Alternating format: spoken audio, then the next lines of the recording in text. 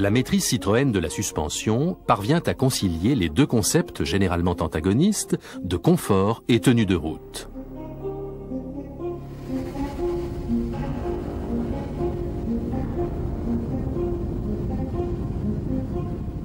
Ainsi, nous allons voir maintenant l'intégralité de la gamme Citroën passer sans difficulté le test d'évitement. Ce test consiste pour la voiture à franchir 3 couloirs de 11 mètres de long sur 3 de large. Chacun des couloirs est situé à 13,50 mètres du précédent. L'axe du couloir central est décalé de 4 mètres par rapport à la trajectoire d'entrée. Ce test, très utilisé dans toute l'Europe du Nord, où il est appelé le test de l'élan, simule l'irruption soudaine d'un obstacle devant une voiture qui doit le contourner et revenir à sa trajectoire.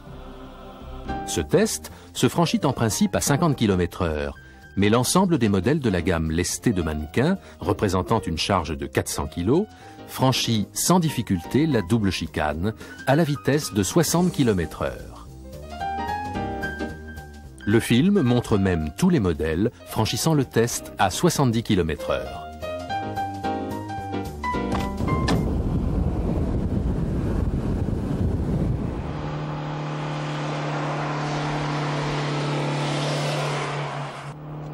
L'évasion se tire sans difficulté du test de l'élan.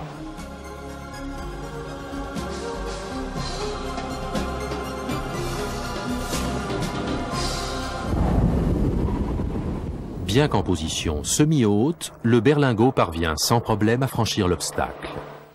La maîtrise de Citroën est telle que même dans les suspensions conventionnelles, l'obstacle est franchi sans difficulté, y compris pour des modèles dont le centre de gravité est situé plus haut que celui des berlines. Souple et maniable, la plus légère des Citroën n'a aucune difficulté pour remplir le test.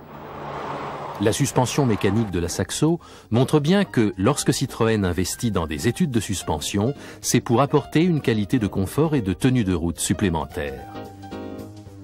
Cette suspension donne à la voiture un très bon comportement routier, ce qui a permis d'en faire une adaptation pour les compétitions.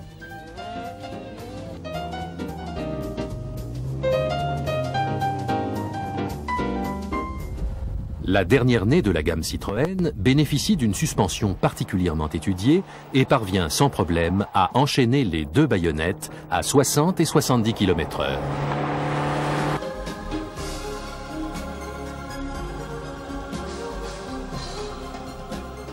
La suspension de la Xara intègre un essieu arrière autodirectionnel qui rend la mise en virage plus progressive et augmente l'agrément et la précision de conduite. Quant à la Citroën Xantia, elle passe naturellement le test sans difficulté à 60 et 70 km/h.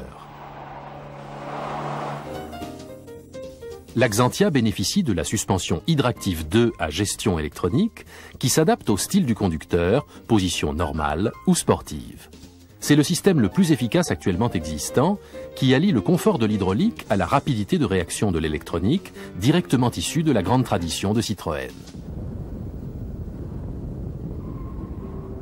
La Citroën XM franchit le test sans la moindre difficulté.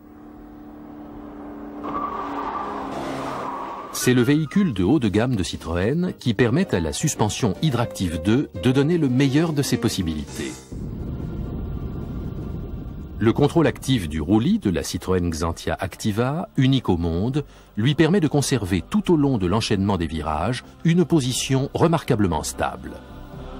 Ce dispositif, dont Citroën conserve l'exclusivité mondiale, lui permet de franchir le test victorieusement à 80 km/h.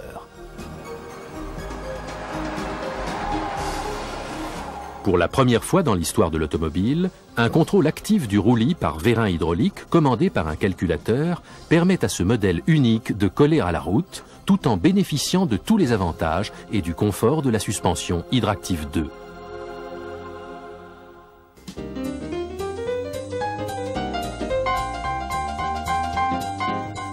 C'est parce que Citroën a toujours été précurseur en matière de sécurité active qu'il est aujourd'hui capable d'offrir les équipements les plus efficaces, tant sur le plan de la tenue de route que du confort.